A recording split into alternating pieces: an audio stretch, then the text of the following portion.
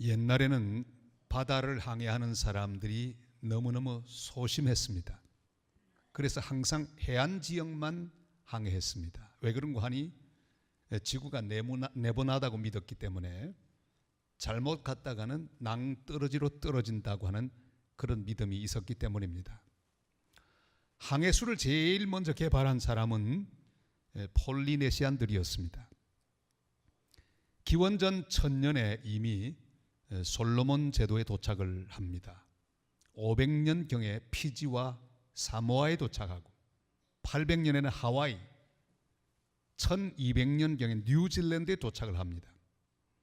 물결을 따라 파도 따라 온 것이 아니고 그들은 하늘의 별을 볼 줄 아는, 별을 나침판 삼아 항해할 줄 아는 기술이 있었습니다.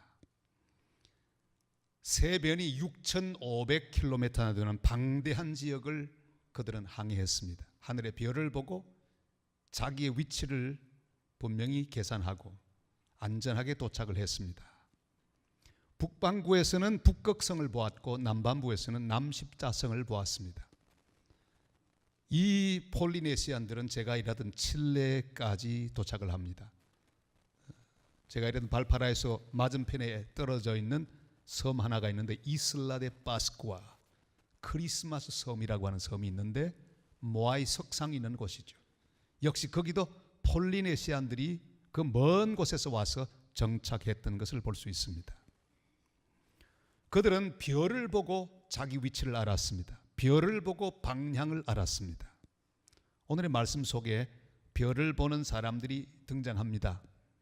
그들은 별을 보고 메시아 예수님이 나신 소식을 알았습니다. 그리고 별을 따라서 먼 여행을 시작하여 예수님께 경배했습니다. 바로 동방 박사들입니다. 그들이 어디 사람인지는 모릅니다. 그저 동방 박사들입니다. 짐작컨대 페르시아나 바벨론 사람들이 아닐까 그렇게 생각합니다. 그들은 천체를 연구하는 점성술사가 아니면 왕이었을 것이라고 추측합니다.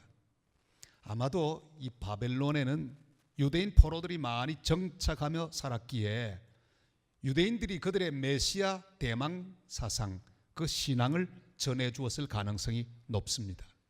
그렇다면 그들을 바벨론에서 출발한 사람들이라 보면 제일 가능성이 높은 그런 이론이 될 것입니다. 동방박사 이야기는 밝혀낼 수 없는 신비한 이야기입니다. 우리도 너무 밝히려 하지 말고 그냥 그대로 두고 기록된 말씀 속으로 들어가실 수 있기를 바랍니다. 동방박사들은 그의 별을 보고 그 별을 따라간 사람들입니다. 2절 말씀 이렇게 기록하고 있죠. 다 같이요. 유대인의 왕으로 나신 이가 어디 계시냐? 우리가 동방에서 그의 별을 보고 그에게 경배하러 왔노라 하니. 아멘.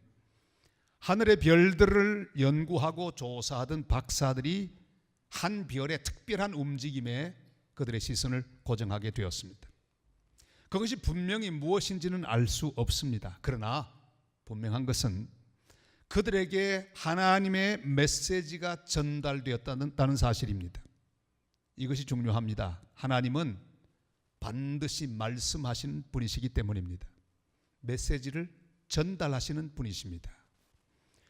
성경이 기록되기 전에는 다양한 방법으로 하나님의 말씀을 전하셨습니다. 히브리 1장 1절로 2절을 보면 이렇게 기록되어 있죠. 다 같이요. 옛적에 선지자들을 통하여 여러 부분과 여러 모양으로 우리 조상들에게 말씀하신 하나님이 이 모든 날 마지막에는 아들을 통하여 우리에게 말씀하셨으니 이 아들을 만유의 상속자로 세우시고 또 그로 말미암아 모든 세계를 지으셨느니라. 아멘. 하나님은 동방박사에게는 별의 움직임을 통해서 하나님 하시는 일에 대하여 알려주셨습니다. 왜 별을 통해 알려주셨을까요? 이 별과 우리 주님 예수 그리스도가 상관이 있기 때문입니다. 그것은 바로 태어나실 예수 그리스도는 어둠을 비추는 별과 같은 구주이시기 때문입니다. 계시록 22장 16절에 주님 스스로 이렇게 말씀하시죠. 같이요. 나 예수는 교회들을 위하여 내 사자를 보내어 이것들을 너희에게 증언하게 하였노라. 나는 다윗의 뿌리요 자손이니 곧 광명한 새벽별이라 하시더라. 아멘. 예수님은 바로 흑암 같은 세상에 있는 모든 죄인들을 주님께로 인도하는 광명한 새벽별이십니다. 첫 번 크리스마스 때는 신약 성경이 없었습니다. 그러나 이 별을 통해 그들을 주님께로 인도하였습니다. 그렇지만 오늘 우리에게는 주님의 말씀이 있습니다. 이 말씀은 오늘도 밤하늘의 별처럼 우리를 비추고 있습니다. 우리에게 빛 대신 예수 그리스도를 비추어 주고 있습니다. 기록된 말씀을 통해서 빛 대신 주님을 만나게 하십니다. 선포되는 말씀인 설교를 통해 살아계신 말씀이신 예수 그리스도를 만나게 하십니다. 옛날 폴리네시안 항해자들이 밤하늘의 북극성을 보고 방향을 잡고 자기 위치를 알았듯이 우리는 성경을 보면서 방향을 압니다. 인생의 목표를 깨닫습니다. 내가 누구인지를 알게 됩니다. 위치를 발견하게 됩니다.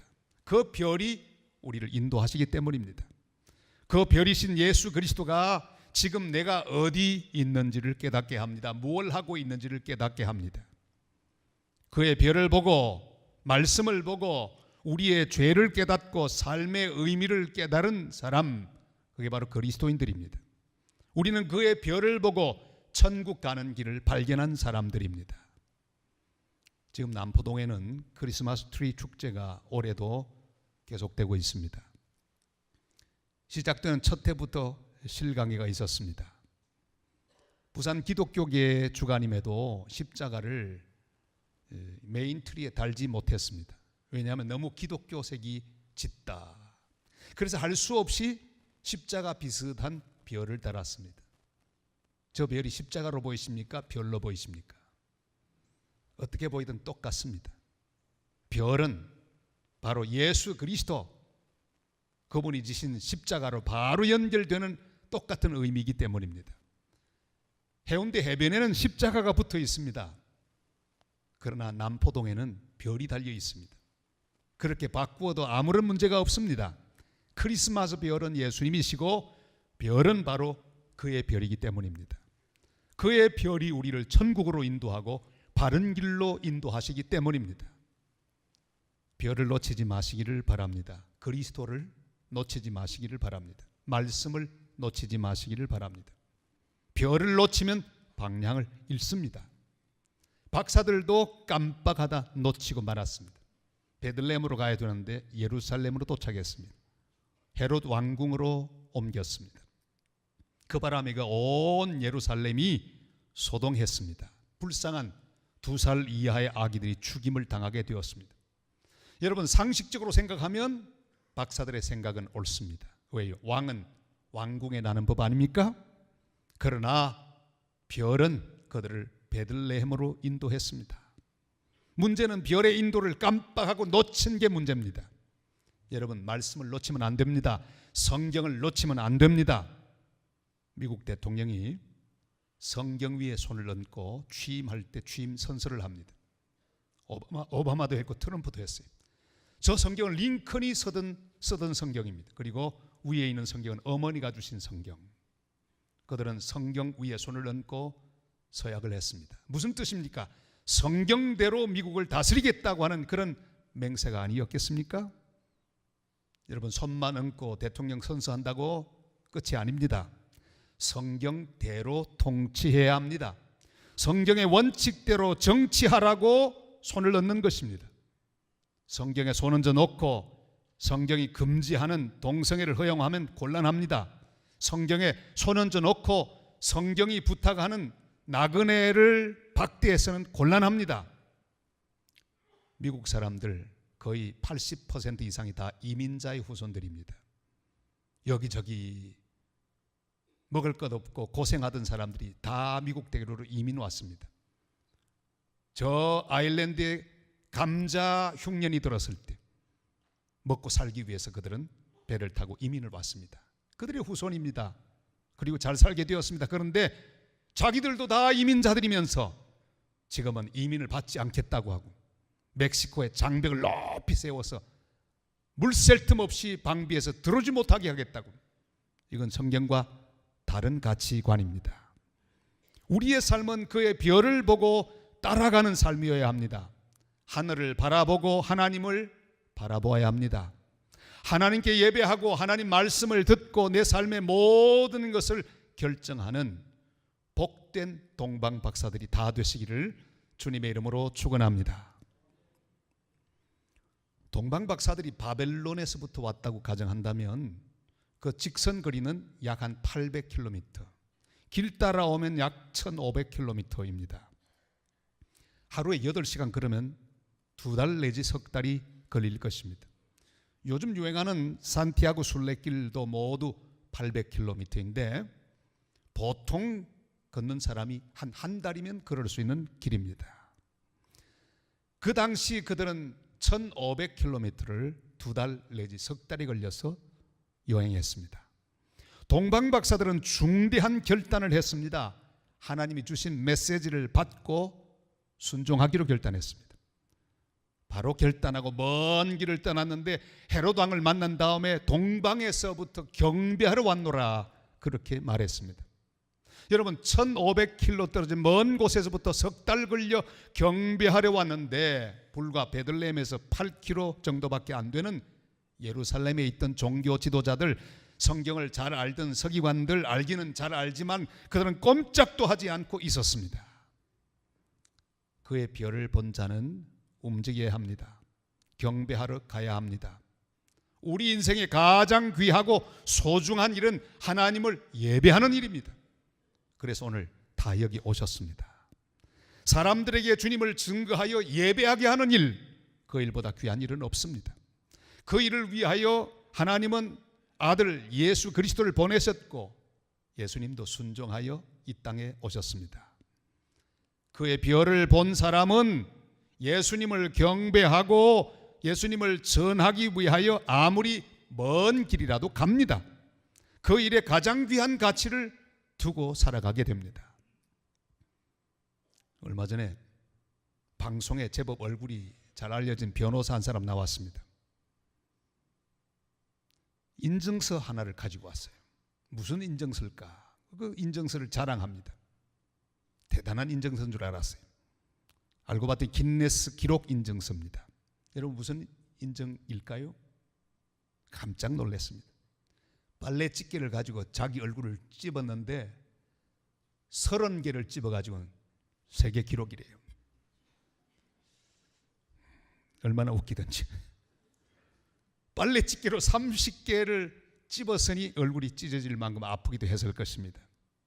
그런데 30개든 100개든 그게 무슨 상관입니까? 참 헛된 기록도 세웠다는 생각이 들었습니다.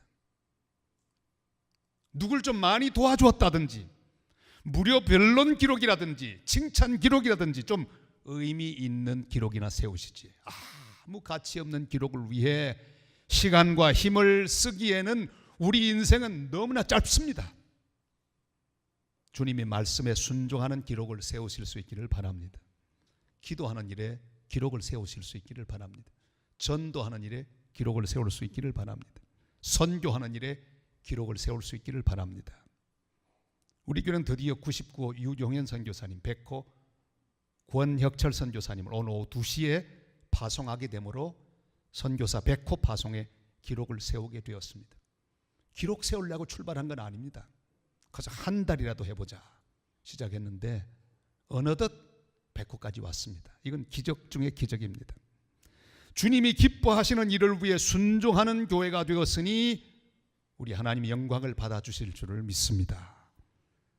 예수님은 천국의 보호자를 버리셨습니다. 그리고 친히 사람이 되셨습니다. 베들레헴 마구간에 나셨습니다. 흉악한 죄인이 지는 무거운 십자가 지고 골고다에 오르셨습니다. 빌립보 2장 6절로 8절이 이렇게 말씀하죠. 다 같이요. 그는 근본 하나님의 본체시나 하나님과 동등됨을 취할 것으로 여기지 아니하시고 오히려 자기를 비워 종의 형체를 가지사 사람들과 같이 되셨고 사람의 모양으로 나타나사 자기를 낮추시고 죽기까지 복종하셨으니 곧 십자가에 죽으심이라. 아멘. 등산에도 크게 두 가지 종류가 있다고 합니다. 무조건 여러 산 오르는 것을 중시하는 등정주의가 있습니다. 그러니까 무슨 산 다 올라갔다는 거예요. 남들이 오른 산 나도 오르자 해서 등정주의가 있어요.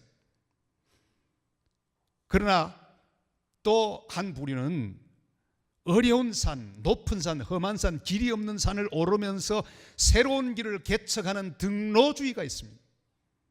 얼마 전에 네팔 그르자히말에서 코리안 루트를 개척하다가 돌풍과 산사태로 죽은 김창호 대장, 그는 등로주의였습니다. 남들이 가지 않는 길, 힘든 길, 거기에 코리안 루트를 내려고 애쓰고 애쓰다가 그렇게 죽었습니다. 김창호 대장을 보는데 우리 주님 생각이 났습니다. 우리 예수님은 하나님이시지만 친히 사람이 되셔서 천국 가는 길을 십자가를 지시고 골고다에 오르셔서 죽으심으로 열어주셨습니다.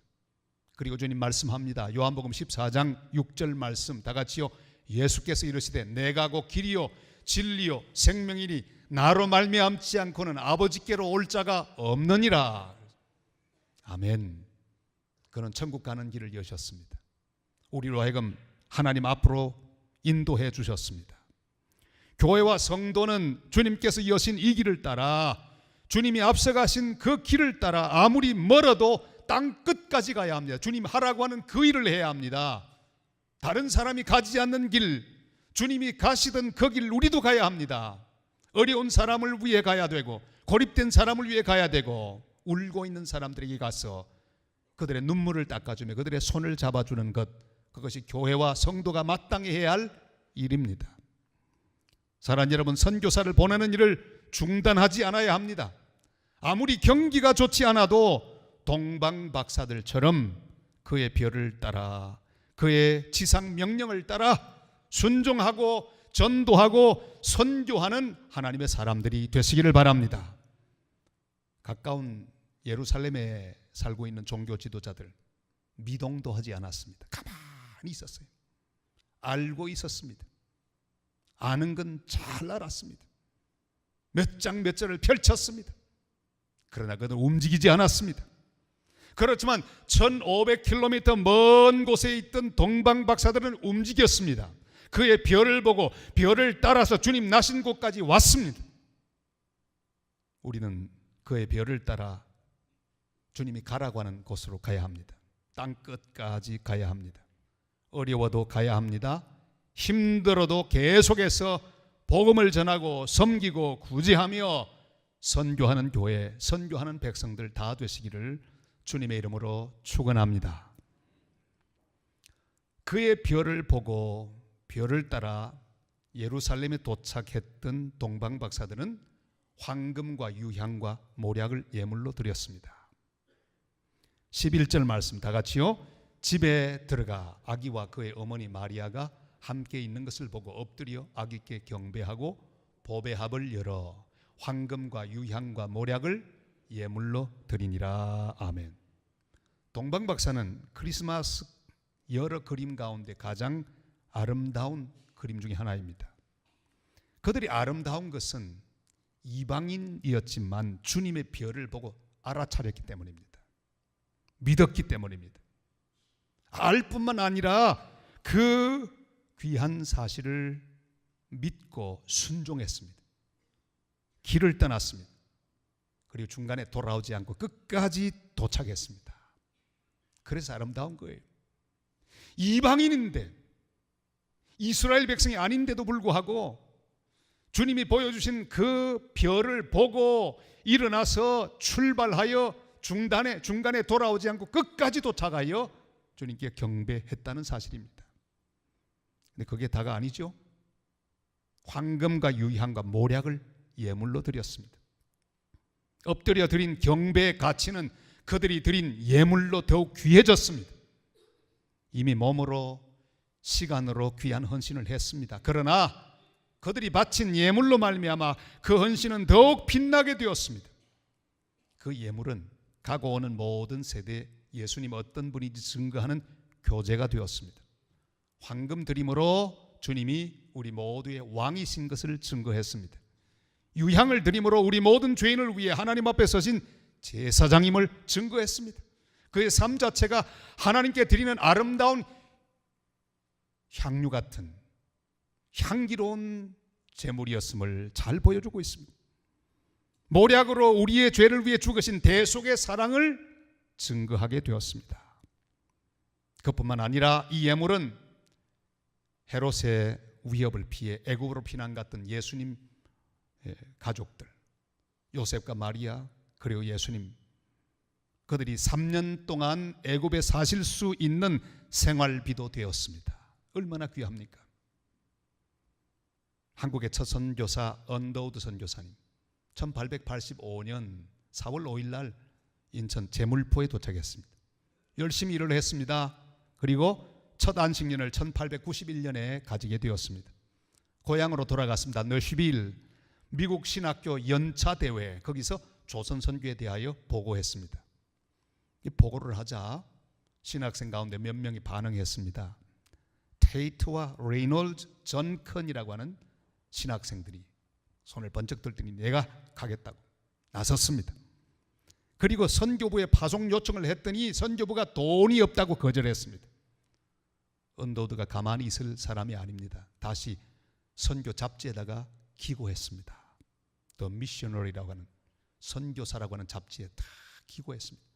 그 내용을 읽고 많은 사람들이 헌금을 보내기 시작했습니다. 특별히 언더우드의 형 언더우드 타자기 사장, 너무나 좋은 타자기, 너무 부서지지 않는 타자기를 만들었다가 결국 회사가 망했던 그 전설적인 언더우드 타자기 회사의 사장은 언더우드 형이었어요.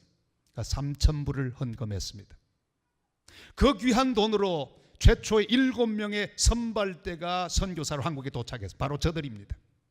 저들이 호남의 선교사 선발대 7인입니다. 그 6명이 더 왔습니다. 그들을 통해 호남 선교가 이루어졌습니다. 그 뒤에 기업인 왓츠가 이 13인의 선교사에게 매년 13,000불 후원을 약속했습니다. 어마어마한 돈입니다. 여러분 생각해 보세요. 1년에 13,000불, 해마다 13명에게 모두 지원하겠다는 소식이 얼마나 큰 격려가 되었겠습니까? 그들은 열심히 복음을 전했습니다. 이 왓츠는 한국을 방문했습니다.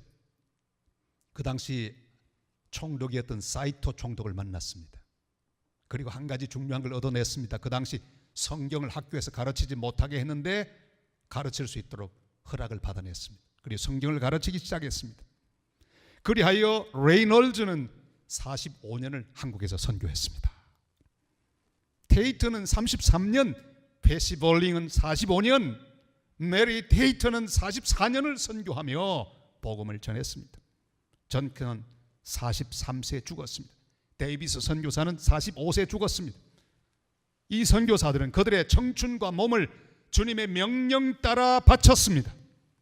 그들의 헌신이 가능했던 것은 예물로 헌신한 자가 있었기 때문입니다. 왓츠 같은 사람이 있었기 때문입니다. 언더우드 타자기 사장 같은 사람이 있었기 때문입니다. 동방박사처럼 예물을 바친 거룩한 손길 때문에 하나님의 나라는 지금까지 확장되어 왔고 복음은 땅끝까지 전해져 왔습니다. 이로부터 백호에 이르기까지 수많은 예물을 드렸던 헌신자들이 있습니다. 주님은 모두 기억하실 것입니다. 56개 교회를 세우는데 헌신한 여러 성도들의 예물을 주님이 기뻐 받으셨습니다. 동방박사들의 헌신처럼 영원히 천국에서 해같이 빛날 것입니다. 사랑하는 성도 여러분, 우리는 어느 날 그의 별을 발견한 사람들입니다. 주님이 보여주셨습니다. 이 세상의 모든 빛나는 것은 절대로 우리의 목표가 될 수 없습니다. 오직 예수 그리스도만이 우리의 빛나는 별입니다. 그의 별을 따라 가십시다. 주님의 나라와 주님의 교회와 주님의 선교를 위하여 일어서서 동방박사들처럼 전진해야 합니다. 계속해서 섬기고 전하고 보내고 세우고 선교하는 교회가 되시기를 바랍니다. 어떤 순간에도 그의 별을 놓치지 말고 주님을 따라 세상 땅끝까지 복음을 전하는 복된 성도, 복된 교회 되시기를 주님의 이름으로 축원합니다.